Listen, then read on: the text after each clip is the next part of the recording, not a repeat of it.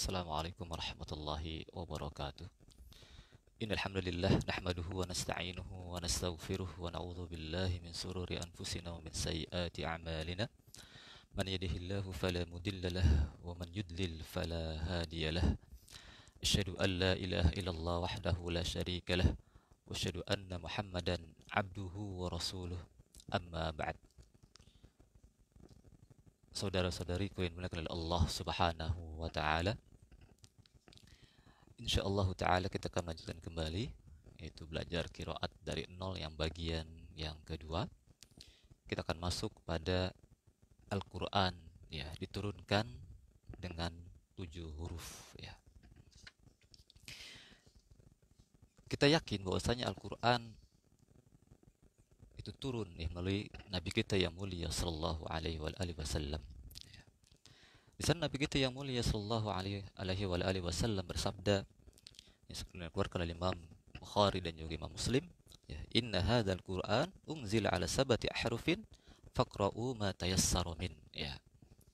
Bahwasanya Al-Qur'an itu turun, ya, dengan 7 huruf, ya, maka bacalah yang mudah daripadanya, ya, dari ketujuhnya itu kita cari yang mudah, ya. 7 huruf, ya, yang disebut dengan sab'ah ahruf.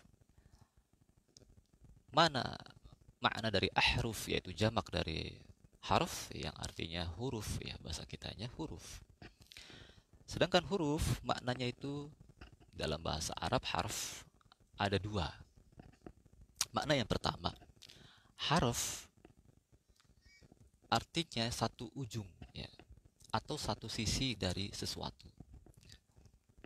Maka disebutkan dalam firman Allah, ya, wa minan nasi may ya'budullah ala harf, ya.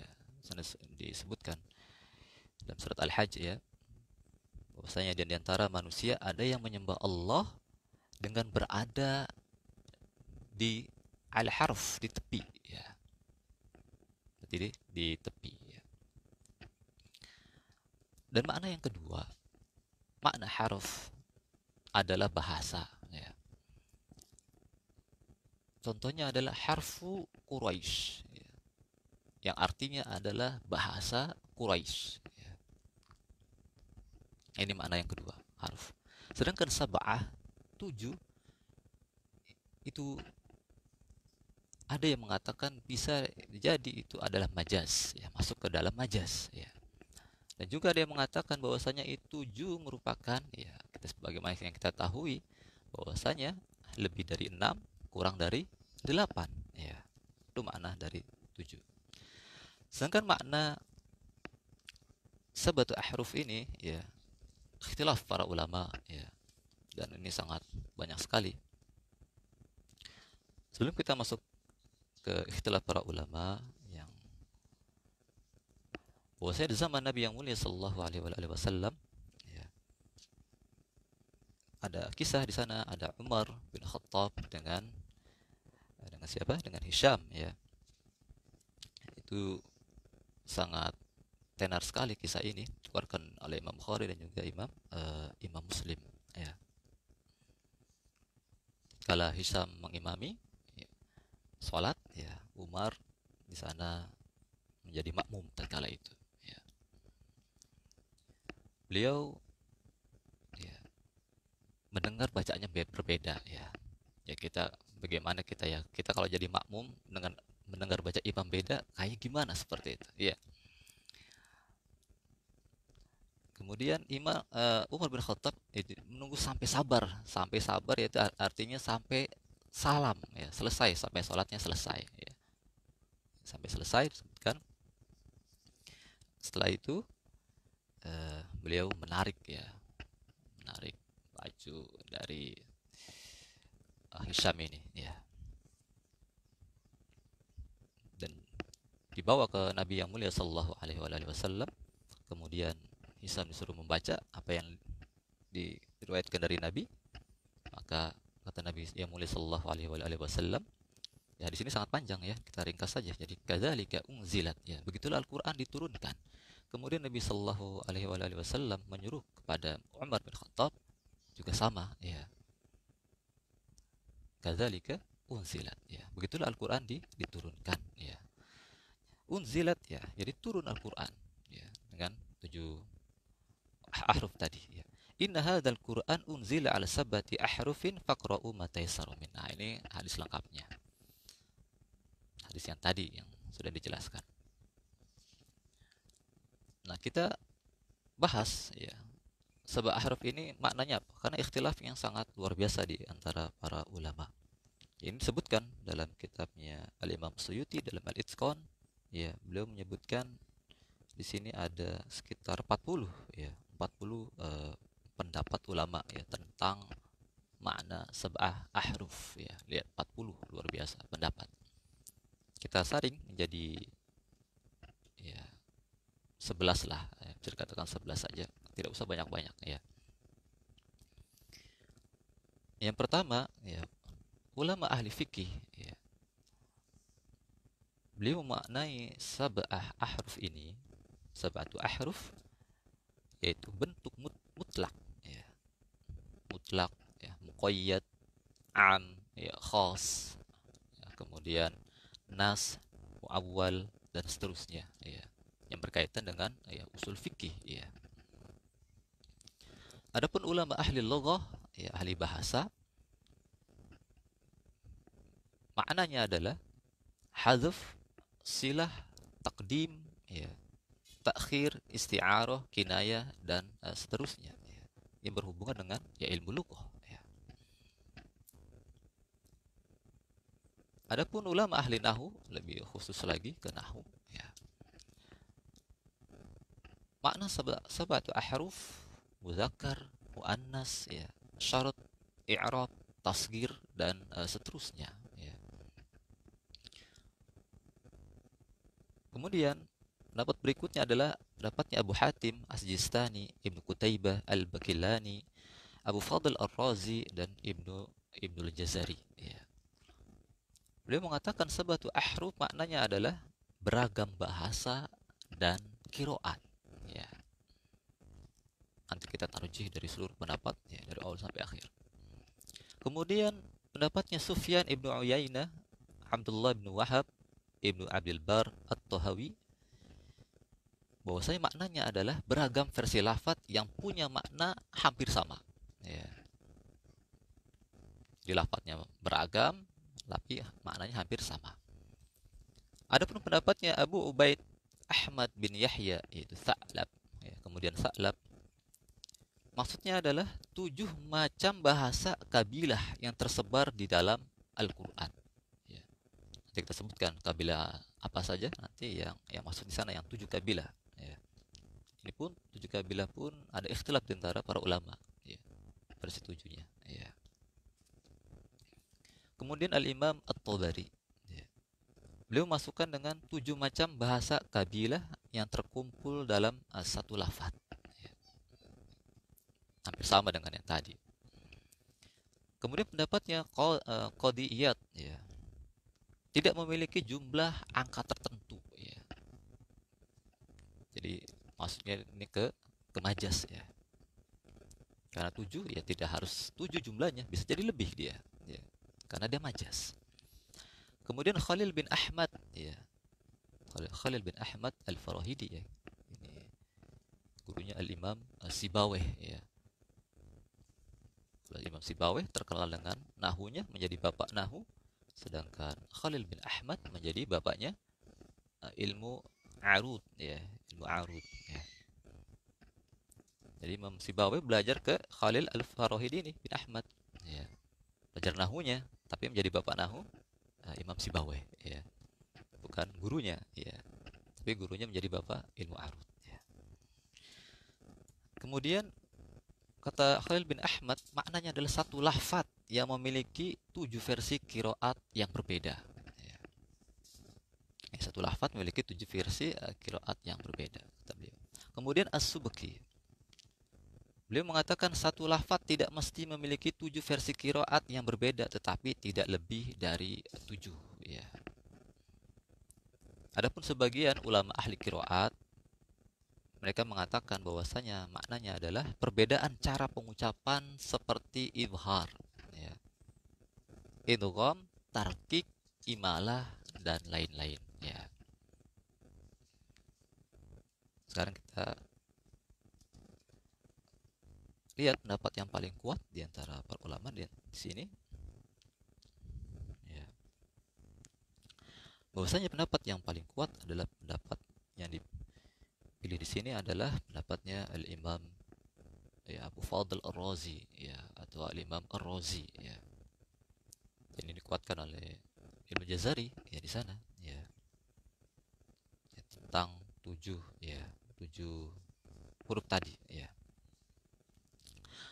Adapun yang mengatakan 7 qabilah ya, sini berbeda-beda ya, atau dengan bahasa dialek ya.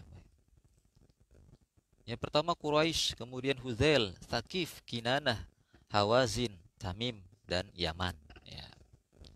Ada pendapat yang lain mengatakan ya, Quraisy, Huzail, Tamim, ya, Al, kemudian Rubai'ah, Hawazin ya, dan Hawazin yang terakhir.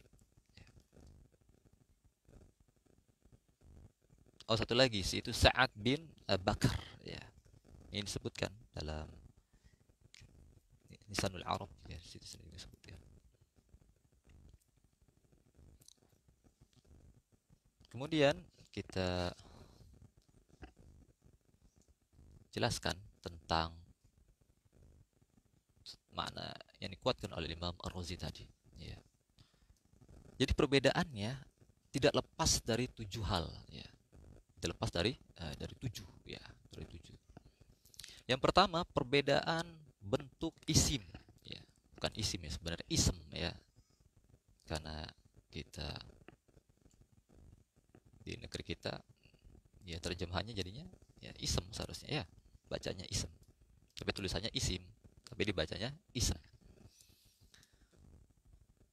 Yaitu mufrad jamak ya, mufrad tadi tunggal, jamak berarti dia ya dalam bahasa Arab berarti lebih dari 2 ya, lebih dari 2. Kemudian muannas ya, atau muzakkar, muannas perempuan, muzakkar berarti laki-laki ya. Contohnya dalam Al-Qur'an yaitu kita sudah hafal di surat Al-Baqarah ayat yang terakhir ya. Kullun amana billahi wa malaikatihi wa kutubihi wa rusulihi. Di sana ada kata jamak yaitu apa? Wa kutubihi ya, kutub ya, kutub. Itu jamak dari kitab ya. Nah, qiraat lain dia dibaca dengan apa? Mufrad ya. Yaitu wa kitabihi ya. Nah, ini perbedaannya di situ. Ya. Maknanya jamak, satunya maknanya jamak, satunya maknanya mufrad ya. Yang kedua, tidak terlepas dari perbedaan bentuk fi'il. Juga sama, ya. Bacanya fi'il, bukan fi'il. Ya. Tulisannya fi'il kalau terjemahnya, tapi bacanya fi'il. Ya. Fi'il yang kita ketahui dalam bahasa Arab ada madhi, ya, mudhari, ya, mudhari' atau amr, ya. Ya, atau amr, ya. Nah, seperti lafaz apa?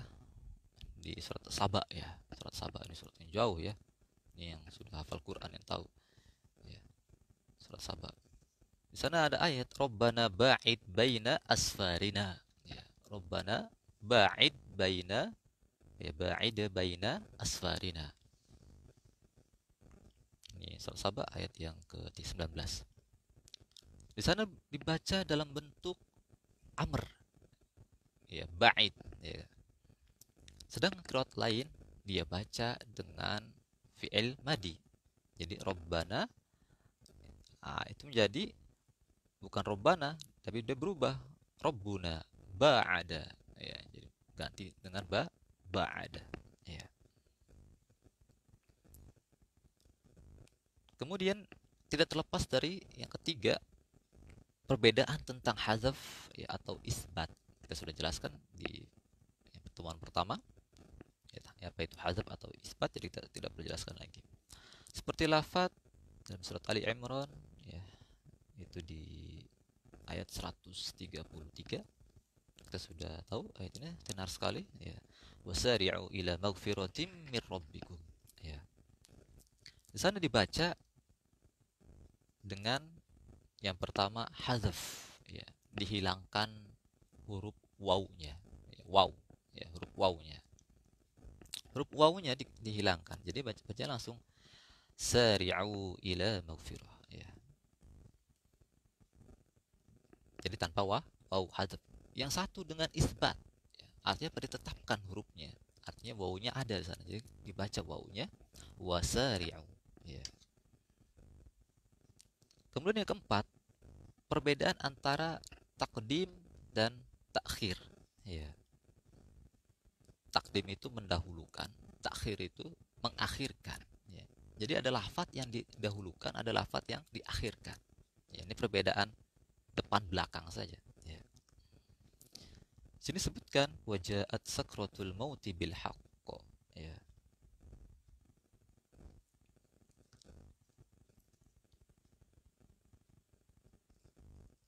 Nah, riwayat lain ayat ini surat Qaf, ya. Ini sudah banyak yang hafal surat Qaf, ya. Ayat ini juga ayat yang masyhur, yang kita ketahui wajaat sakratul mauti bil haqq. Nah, wajaat sakratul haq bil maut, ya. Jadi al-haqnya didahulukan, ya.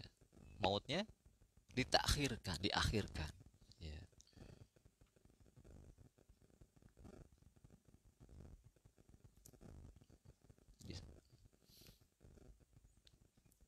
Kemudian sama yang ayat yang lain seperti waqatalu waqutilu, ya.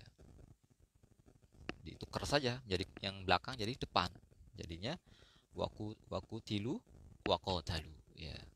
Seperti itu, ya. Kemudian perbedaan yang kelima tidak lepas dari i'rab, ya, harokat, ya. Sebagai lafaz hasanah, ya. Ya, hasanah, ya.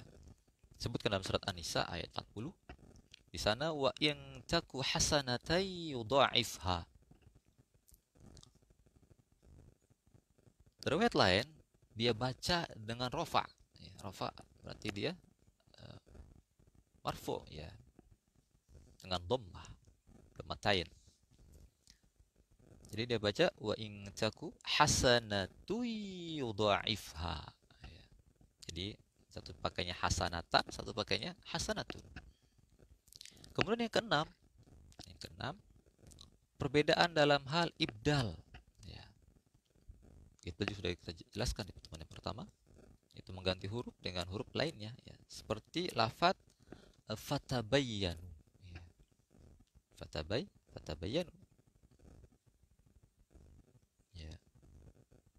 Qiraat lain membacanya dengan fatathabbatu, ya, fatathabbatu.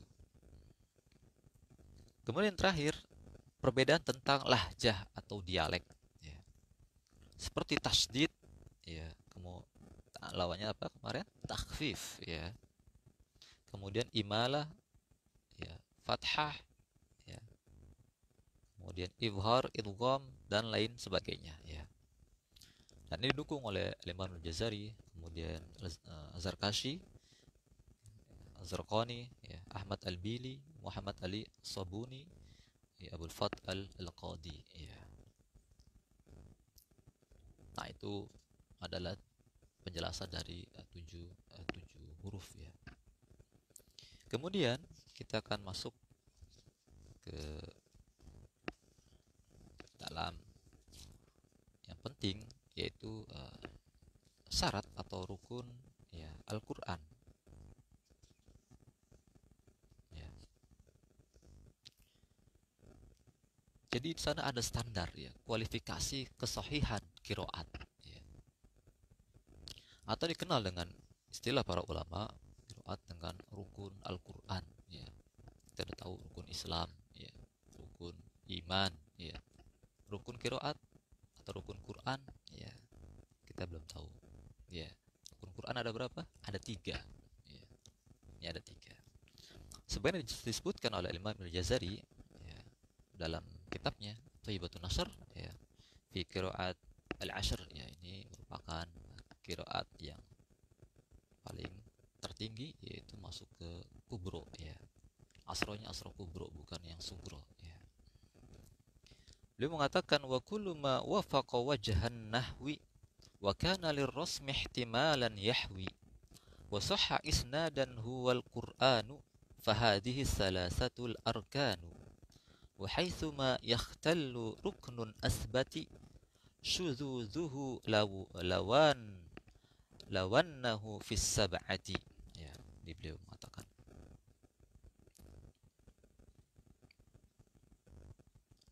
sebenarnya ini sebenarnya sudah dipopulkan dari disebutkan dari Syekh Al-Makki bin Abi Thalib, ya. Beliau wafat, ya, tahun 347 Hijriah, tapi yang memasyhurkan adalah Ibnu Jazari, ya, sebagai, ya, praktisi qiraat, ya, tatkala itu beliau, ya, yang wafat tahun 833 Hijriah, ya. Nah, setiap qiraat yang sesuai dengan wajah nahwi, ya, yaitu bahasa nahwu. Ini syarat yang pertama.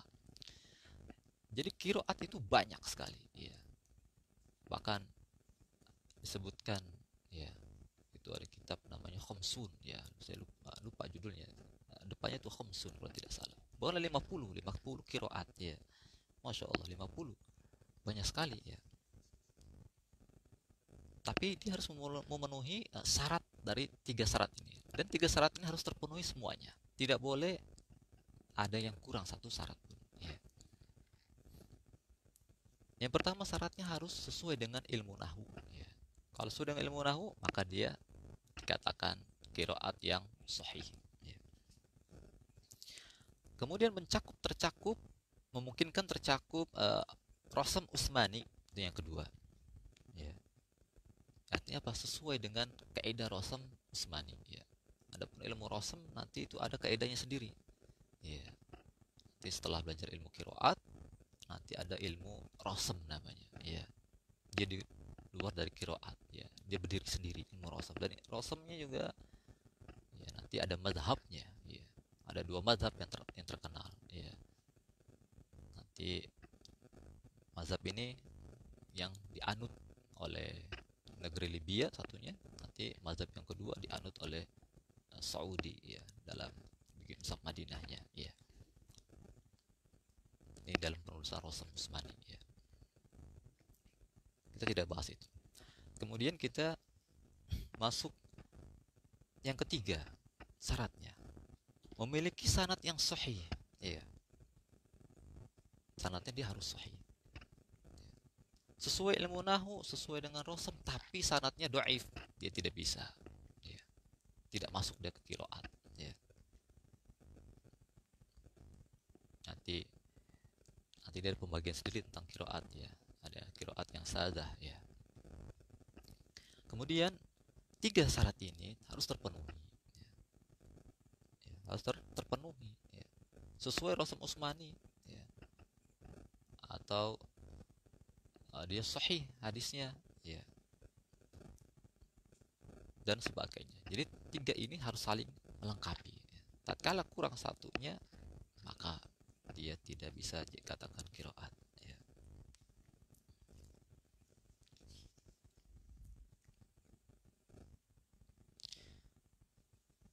Kemudian Al-Imam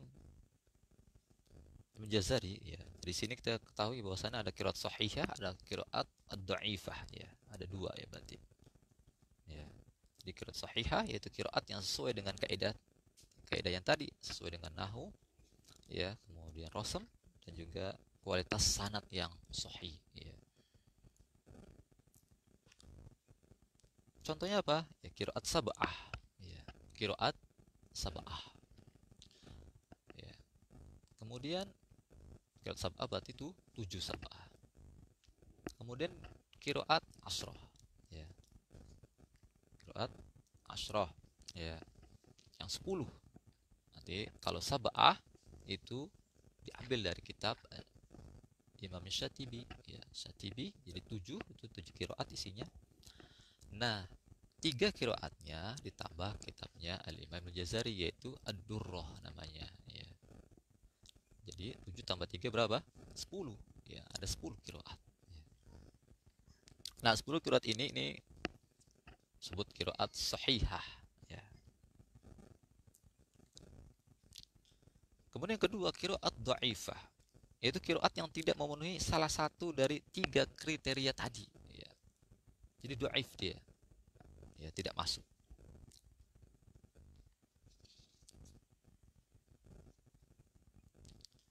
Kemudian kita akan klasifikasi tentang,